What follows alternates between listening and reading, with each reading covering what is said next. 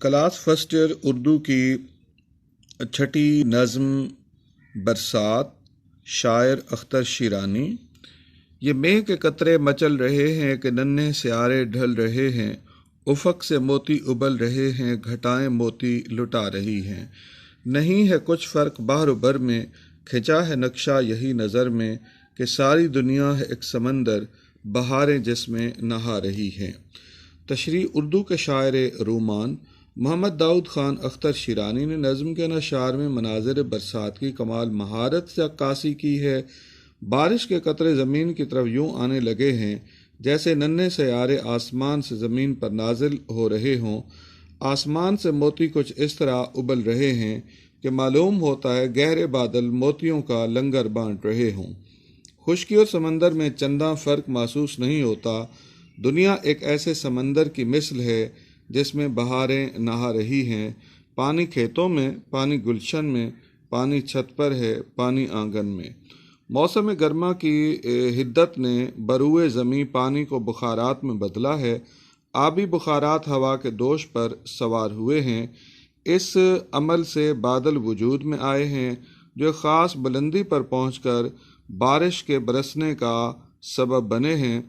ساون کے مہینے میں بارش کے قطرے زمین کی طرف یوں روانہ ہوئے گویا ننھے سیارے ہوں جو زمین کو نئی زندگی بخشنے کے لیے آ رہے ہیں۔ مسکراتی ہوئی آتی ہیں گھٹائیں ساون کی، جی لبھاتی ہوئی آتی ہے گھٹا ساون کی۔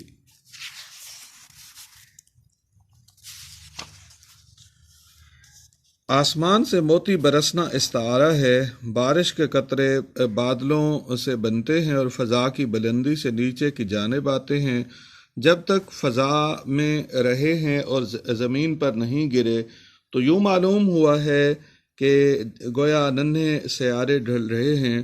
جب یہی قطرے زمین پر گرے ہیں اور گر کر اچھلے ہیں تو ایسے نظر آئے جیسے موتی گر کر اچھل رہے ہوں۔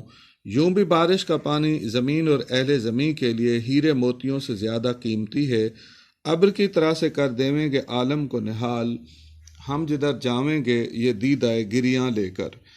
برسات کے عالم میں ابر خوب برسا ہے، بارش تھم چکی ہے، ہر طرف جل تھل کا سما ہے، تاحد نگاہ پانی ہی پانی ہے۔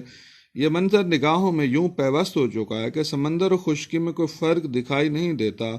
گھروں کے صحن، کھیت اور کھلیان، گلیاں اور راستے، سبزہ زار سب مقامات پانی سے لبریز ہو چکے ہیں۔ کثرت باران کے باعث زمین پر خشکی کا ایک بھی ٹکڑا دکھائی نہیں دیتا۔ فضاؤں میں آ گئی ہے روانی، برسات کی رت ہے کیا سہانی۔